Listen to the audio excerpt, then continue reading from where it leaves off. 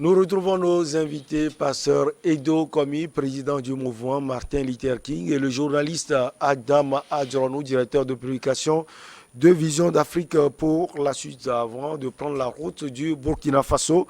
On va passer au moins 5 minutes encore au Mali parce que Alors, le j'étais en train débat de dire est que passionnant.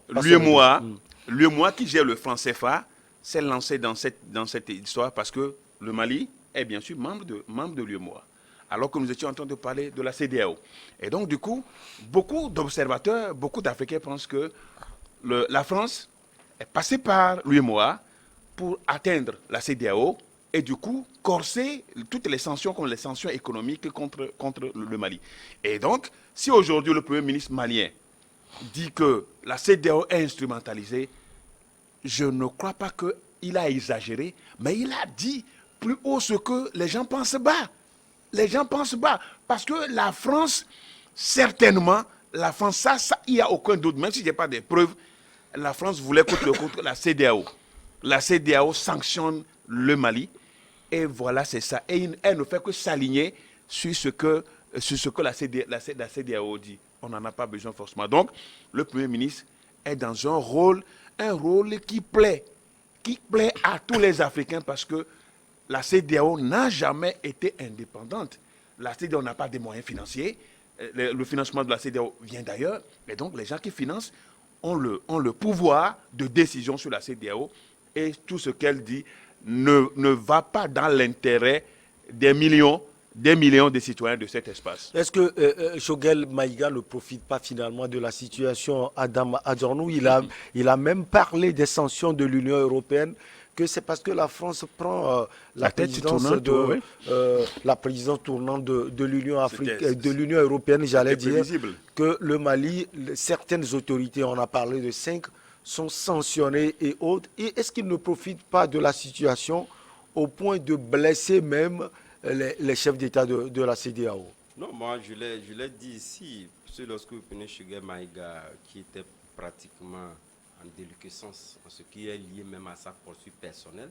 Donc, vous voulez parler du M5 surtout. Ouais, il veut profiter d'une situation pour refaire encore une image. Et surtout, il exprime pratiquement la position que voulait Assimi Goïta. Et vous savez, Assimi Goïta, l'une des reproches qu'il avait donc fait à son prédécesseur, c'était d'être trop proche de la France. De la France. Donc aujourd'hui, il essaie donc d'exprimer au mieux, disons, cette position que veut Assimi Goïta. Mais posons-nous la question de savoir, en règle simple, lorsque vous prenez toutes les subdivisions de par le monde entier, puisque vous savez, cette subdivision-là est née des chefs d'État, des pères des chefs d'État, etc., mais au même moment qui a été donc repris par les Nations Unies, qui en a fait donc cette subdivision pour véritablement lui permettre de régler un certain nombre de problèmes, pour que les États-Unis ne soient pas fondamentalement au centre de la résolution de toutes les crises.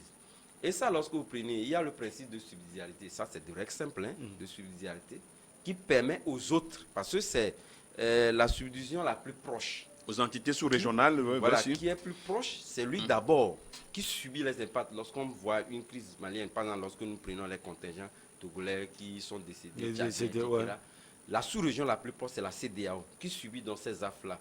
Donc il appartient à cette sous-région-là normale, liée au fait que c'est elle qui paie donc le lourd tribut, de pouvoir donc juger, après évaluation de la situation, de voir s'il y a un État qui peut être sanctionné ou pas.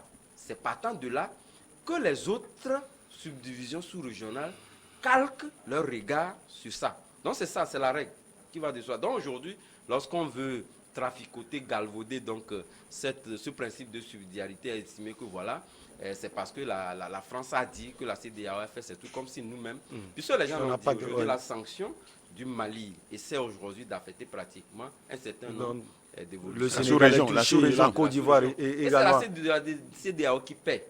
Donc, de toute évidence, ce n'est pas la France qui paie. Non, c'est une analyse assez erronée de pouvoir dire que fondamentalement, c'est la France qui dicte la conduite à tenir donc, à la CEDEAO, quand on sait que nous également, nous avions besoin de boussoles, des outils pour notre développement et que nous subissons des affres donc, de se tirer vers le bas en ce qui concerne ce développement-là. Donc, je pense que ce n'est pas une puissance de venir nous dire que voilà, vous avez une douleur, et donc il faudrait donc faire ci, faire ça. Je pense que c'est quand même, cette époque-là est assez révolue et qu'il faudrait quand même qu'on puisse véritablement contrôler nos langages par rapport à ça. En une minute, Non, on passe au Burkina. Du point de vue théorique, on peut se dire aujourd'hui en Afrique que ce n'est pas une puissance qui va venir nous dicter ça. Nous tous nous disons. Mais sur le terrain, sur le point de vue pratique, ce n'est pas ça. Ce n'est pas ça. Parce qu'on ne peut pas comprendre aujourd'hui que le Mali est en train de défendre une cause qui est une cause africaine. Une cause africaine face à la France. Mais tous les États observent. Tous les États sont en train d'observer, sont des spectateurs. On laisse le Mali seul subir jusqu'à être même envahi par la France. Ça ne dira rien. Et c'est ça ce que nous appelons souveraineté de l'Afrique et que la puissance étrangère ne vienne pas nous dicter ça. Alors, je crois que c'est nous qui subissons, c'est nous qui payons le dos tribut. Et fondamentalement, il faut reconnaître que la France, vous êtes venu aider quelqu'un, on me dit, nous ne voulons plus de vous. Partez, pas officiellement. Allez-y. Pas officiellement, pasteur. A dit tous les ingrédients sont là aujourd'hui pour que la France. Tous les ingrédients sont là pour que la France parte. La France n'a qu'à partir. Tous les ingrédients sont là. Je crois qu'elle est sage. Hein? Elle est sage. La France est sage. Elle n'a qu'à partir. On ne veut plus d'elle.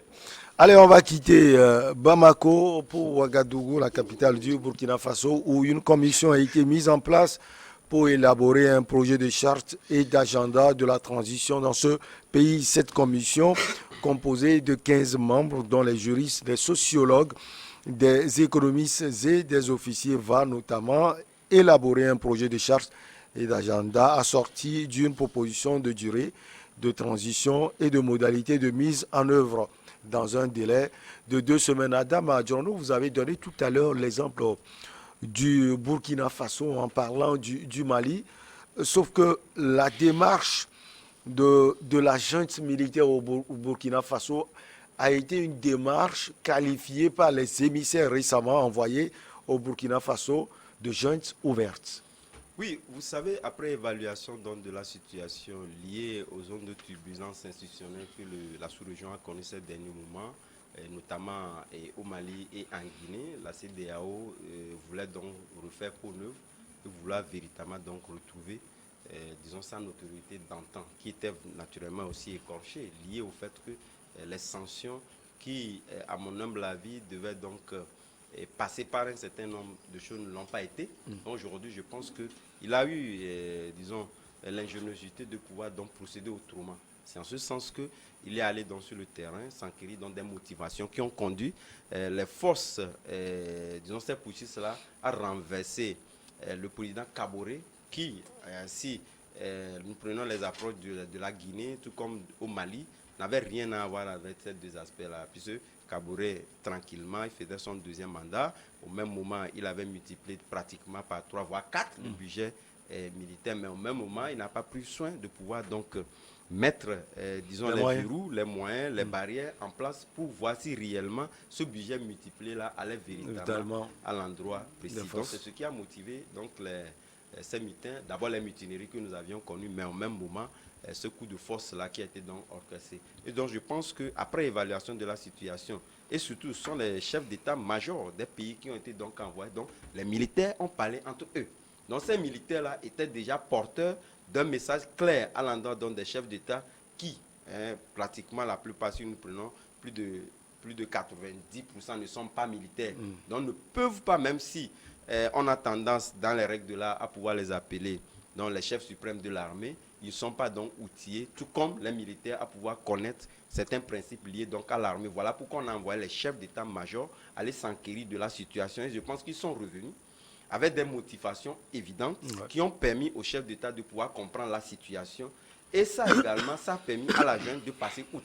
Aujourd'hui, vous allez constater, lorsque vous voyez ce comité qui a été donc mis en place, c'est un comité qui ne veut pas faire les choses comme tous les autres pays. Voilà, nous allons faire un dialogue, 2 dialogues en dialogue. Et là, on cherche pratiquement à rester au pouvoir. Là, on comprend clairement que nous avons une junte qui a pour unique intention de pouvoir livrer le pays des affres donc du djihadisme. Voilà pourquoi on a mis en place vite les élections. Voilà, un comité qui va gérer donc ces affaires-là, pouvoir donc limiter les choses. On n'aura pas éternellement 5 ans ou 2 ans pour le faire. Et donc je pense que c'est la bienvenue. Quelque part, vous allez constater... Elle se démarque de quelle junte finalement? Non, de toutes les deux juntes pratiquement. Qu'est-ce que vous appelez les juntes? Donc maintenant, ça vous dire quelque part, après ce coup de force, vous allez constater que en tout cas, au regard d'un certain nombre d'analyses qui disaient que si la CEDEAO venait donc à prendre des sanctions contre le Mali subirait pire que le Mali d'ailleurs. Le Burkina subirait pire que le Mali. Ouais. Donc je pense que la junte là a intérêt à ne pas faire en sorte qu'il soit donc puni. Voilà pourquoi on met pratiquement tout en place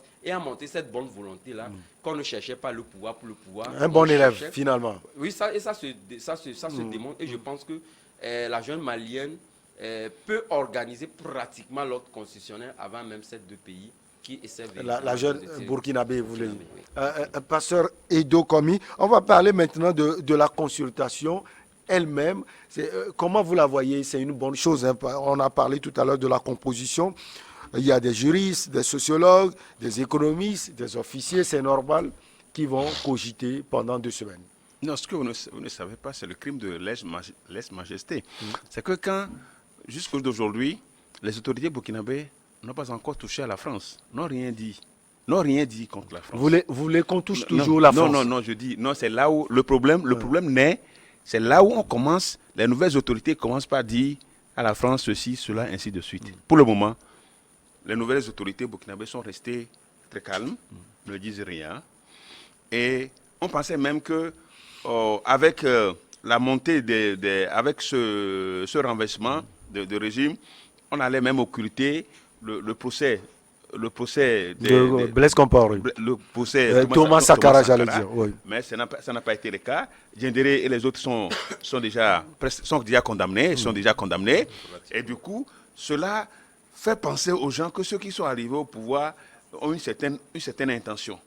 Parce que, vous savez, au lendemain, même le jour de coup d'État, il y avait des informations comme quoi Diendéré est libéré.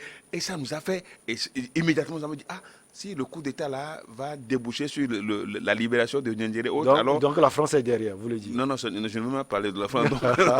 Donc du coup, le cas Thomas Sankara va être vraiment étouffé. Mais ce n'est pas le cas.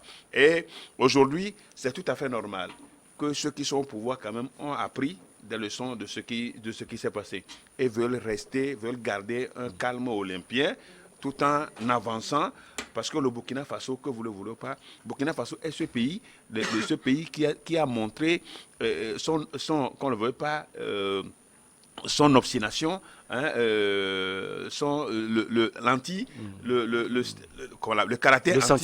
ressentiment français, qui ont bloqué le convoi militaire français. Et donc aujourd'hui, ce peuple, comme je l'ai toujours dit, ce peuple est debout. Et les militaires savent qu'ils n'ont pas droit à l'erreur. Maintenant, par rapport à l'appréciation de la CEDEAO. L'erreur, c'est quoi? L'erreur, c'est de ne pas parler de la France. C'est ça, non? Il ne faut pas parler de la France. Il faut faire tout. Il faut aller, mais il ne faut pas parler de la France. Il ne faut pas aller à la France. Il ne faut pas affronter la France pour dire non, ceci et cela. Peut-être qu'elle pense qu'elle a toujours besoin de la France. Non, pour le moment, personne n'a dit qu'on n'a pas besoin de la France. Mais la France a plus besoin de nous. Nous avons besoin de la France, mais la France a plus besoin de nous. C'est ça ce qu'il faut expliquer aux téléspectateurs. Nous avons besoin de la France, mais la France a plus besoin de nous. Je l'ai toujours dit que Jacques Chirac a dit, l'argent qui se trouve dans le porte-monnaie des Français vient de l'Afrique. L'argent qui se trouve dans le porte-monnaie des Français, ça vient de l'Afrique. Il faut restituer à la France, à l'Afrique, ce que la France a pillé. Et donc, si nous revenons à l'essentiel, où la CEDEAO apprécie les nouvelles autorités burkinabées, c'est une bonne chose. Mais la CEDEAO s'est sentie lésée par rapport aux sanctions qu'elle avait déjà prises par rapport au Mali. C'était des sanctions progressives. C'est peut-être parce que le Mali aussi n'a pas trop obéi. Non, parce qu'on a donné tellement d'opportunités. La CEDEAO, vous ne voulez pas que je parle de la junte. A fait la lecture. La lecture de la bourde, c'est-à-dire de son échec. De son échec dans la masse, la CEDEAO écoute. Les dirigeants écoutent.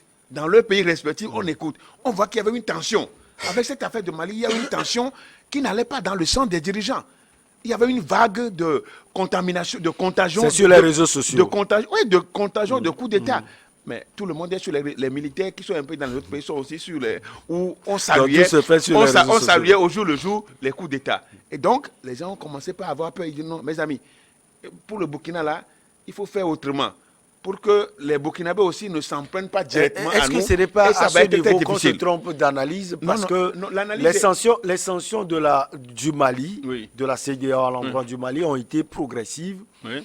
Et on ne peut pas dire d'emblée que c'est parce qu'il Ok. y a eu Non, des on réactions était progressif. sur les réseaux, Qu'est-ce les que vous réseaux parlez? sociaux. On a donné... Qu'est-ce que vous appelez pas On va marquer la les pause. sanctions C'est progressives? sûr que Adam va Les sanctions ont réagir. été progressives. Les On marque sanctions la pause et on ont été revient. lourdes, ont été lourdement prises par la CEDEAO. Rien n'a été progressif. Allez, on marque la petite pause et on revient avec Passeur Edo Commis surtout.